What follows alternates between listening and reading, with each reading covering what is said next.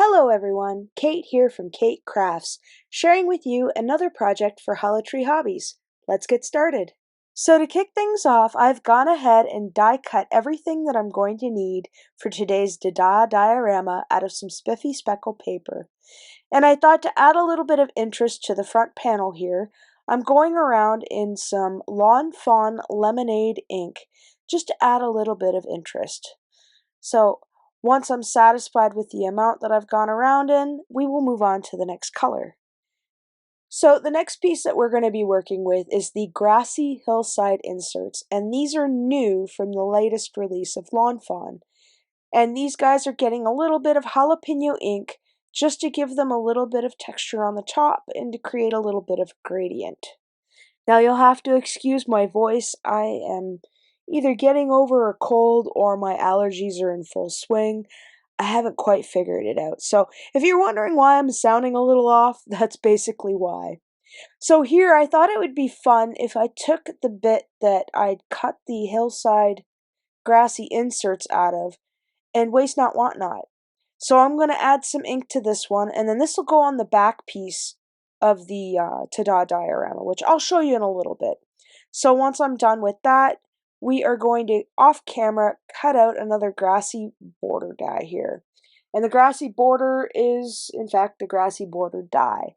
And I've cut out a big enough panel that I could cut this down, and I'll be able to use the ta-da diorama to cut out what I need. Now, we're going to move on to the back part here.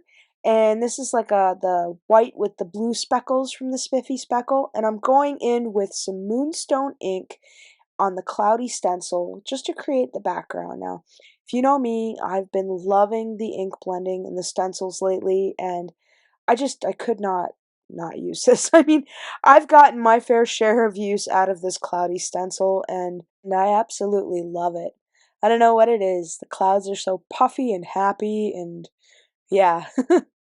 So if you don't have a fluffy cloud stencil yet, I highly recommend this one. This one's a lot of fun to play with. So I'm just flipping around back and forth to figure out which way I want my clouds to go. And I'm being fairly heavy-handed with this. I mean, I think I might have some residue from whatever ink I might have used beforehand, which may attribute it to being a little bit too dark around the edges. I'm not sure. I've only ever played with the Moonstone Lawn Fawn ink with a light hand.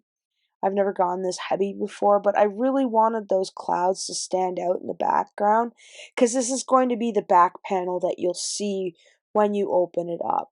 And I wanted it to be fluffy and happy, and I just really love this moonstone color for doing clouds. So we'll take this down another level, I think, maybe one or two, as I flip this around and try to figure out which way I want to go. That's the decisions you gotta make when you're making cards, is which way the clouds are going. Am I right? So once I've got all that done, I'm going to finish this off kind of light-handedly, as we're going to be gluing down some grass, so it might not matter that it's perfect on the bottom. So once that's done and over with, we are going to move on to assembly. Now I like to fold these back and forth a couple of times to make sure that we are getting what we need out of the paper and it can work the way it needs to work. So I'll do that with one side, and then I will do that with the other. Now these guys are the little window panels that kind of hide the picture.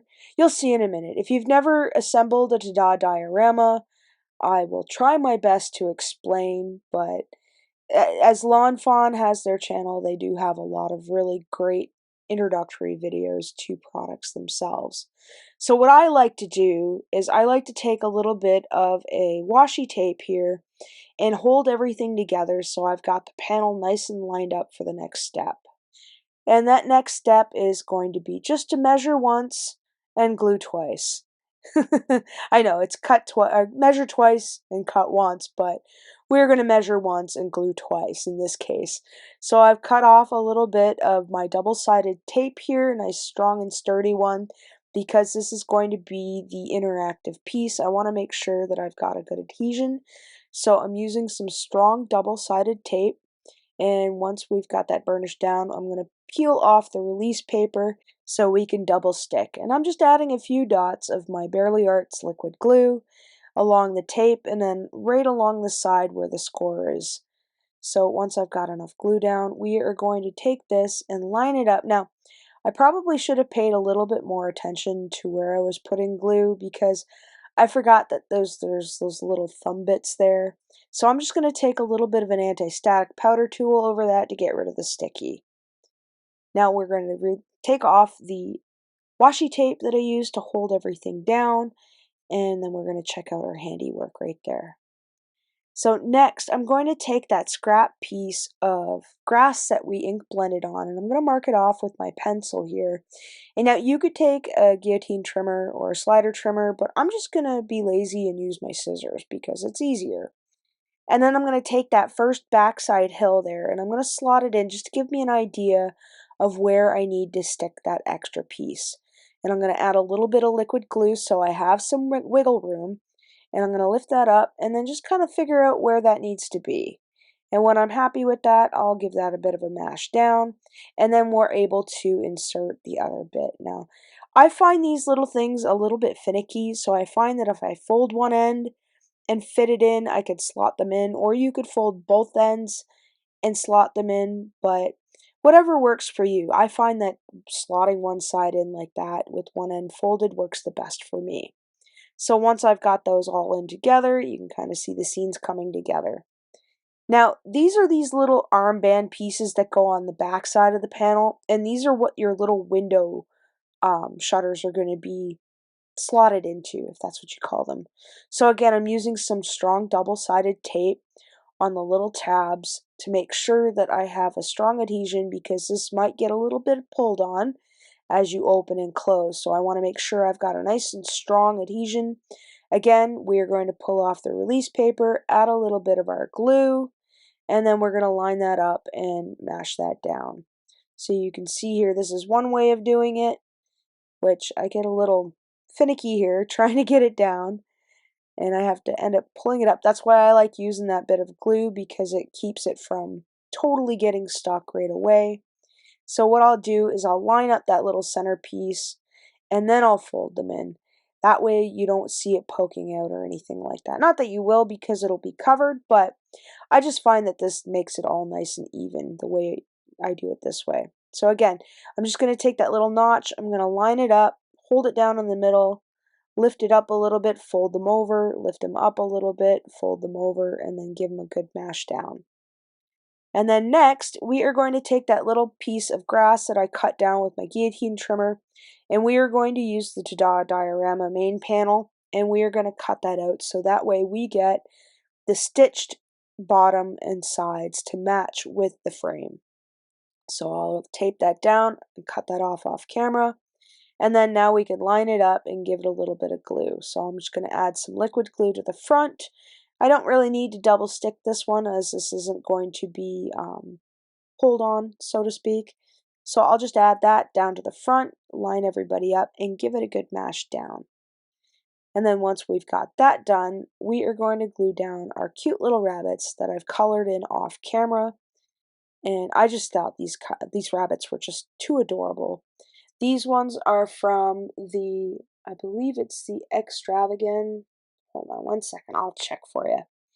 The Eggstra-amazing Stamp set.